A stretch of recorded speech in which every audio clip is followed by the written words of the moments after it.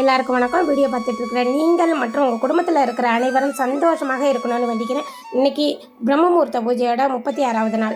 வழக்கம் போல் காலையில் 3:15 மணிக்கு எழுந்திரிச்சு குளிச்சுட்டு கோலம் போட்டு நேராக சாமி ரூம் கொண்டுட்டு பூவெல்லாம் எடுத்து வச்சு அலங்காரம் பண்ணிவிட்டு விளக்கேற்றத்துக்கு ரெடி பண்ணிவிட்டு பூஜை ஆரம்பிச்சிட்டேங்க. இன்றைக்கி குரு பகவானை பற்றி ஒரு சில வரிகள். ஆங்கிரச முனிவருக்கும் சித்ரா தேவிக்கும் பிறந்த குழந்தை தான் குரு பகவான். இது நவகிரகத்தில் 5வது இடம். குரு பெரிய கிரகணம் தூரத்தில் இருக்கார். ஒரு ராசியை கிடக்க 1 வருஷம், 12 ராசியை கிடக்க 12 வருஷம் ஆகுது. காசியில் லிங்க பிரதிஷ்டை செய்யணும்னு 16,000 ஆண்டுகள் தவம் இருக்கார் குரு பகவான். இந்த தவத்தில் மெச்சி சிவன் நேரில் காட்சி கொடுத்து கிரக மண்டலத்திலேயே உனக்கு இடம் கொடுக்குறேன் அப்படின்ற வரலாறு இருக்குங்க. எப்பேற்பட்ட கஷ்டமாக இருந்தாலும், திருமண தடையாக இருக்கட்டும், கல்வி வேலைவாய்ப்பு எல்லாத்துலேயுமே குரு பகவானோட ஆசை இருந்ததுன்னா அதுலேருந்து மீண்டு வர முடியும். ஆன்மீகத்தில் 2 பார்வை மட்டுமே கோடி நன்மை. என்னென்னா, ஒன்று குரு பார்வை, இன்னொன்று கோபுர தரிசனம். ஒரு குட்டி கதைங்க. குரு கிட்ட சந்திரன் போகிறாரு. தெய்வீக சாஸ்திரங்கள் எல்லாத்தையும் கற்றுக்கணும் அப்படின்ட்டு போகிறாரு. குருவும் தனக்கு தெரிஞ்சதை எல்லாத்தையும் கற்றுக் கொடுக்குறாரு.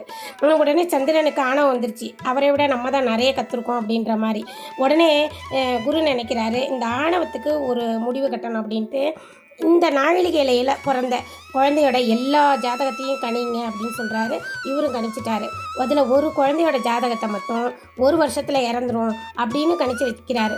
அந்த குறிப்பிட்ட நாள் வர்றதுக்கு சில நாளிகைக்கு முன்னாடி 2 பேரும் உலா போகிறாங்க. அந்த குறிப்பிட்ட குழந்தைகிட்ட நேராக நிற்கிறாங்க 2 பேரும். அந்த குழந்தை என்ன பண்ணுது, ஊஞ்சலில் படுத்துருக்கு. அதில் ஒரு பாம்பு இறங்குது. அது பளபளப்பாக இருக்குது. குழந்தை அதை பார்த்துட்டு அப்படியே ஆடுது, குஷி, கைகாலெலாம் ஆட்டுது. இன்னும் கொஞ்சம் கீழே இறங்குது, இன்னும் நல்லா ஆட்டுது. அப்போ என்ன பண்ணிடுச்சு, பாம்போட தலை அந்த ஓட்டையில் மாட்டி நசுங்கி பாம்பு செத்து போயிடுச்சு. உடனே சந்திரனுக்கு கோபம் வருது.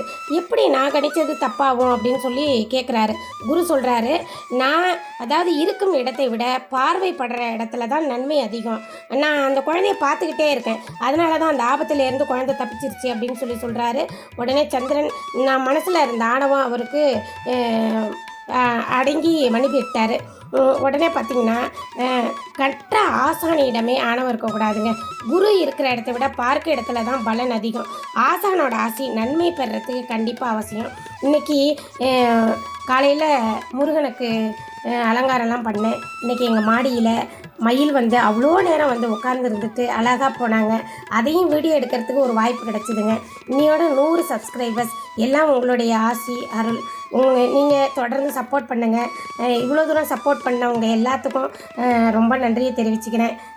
இந்த வீடியோ பிடிச்சிருக்கா லைக் பண்ணுங்கள், ஷேர் பண்ணுங்கள், சப்ஸ்கிரைப் பண்ணுங்கள்.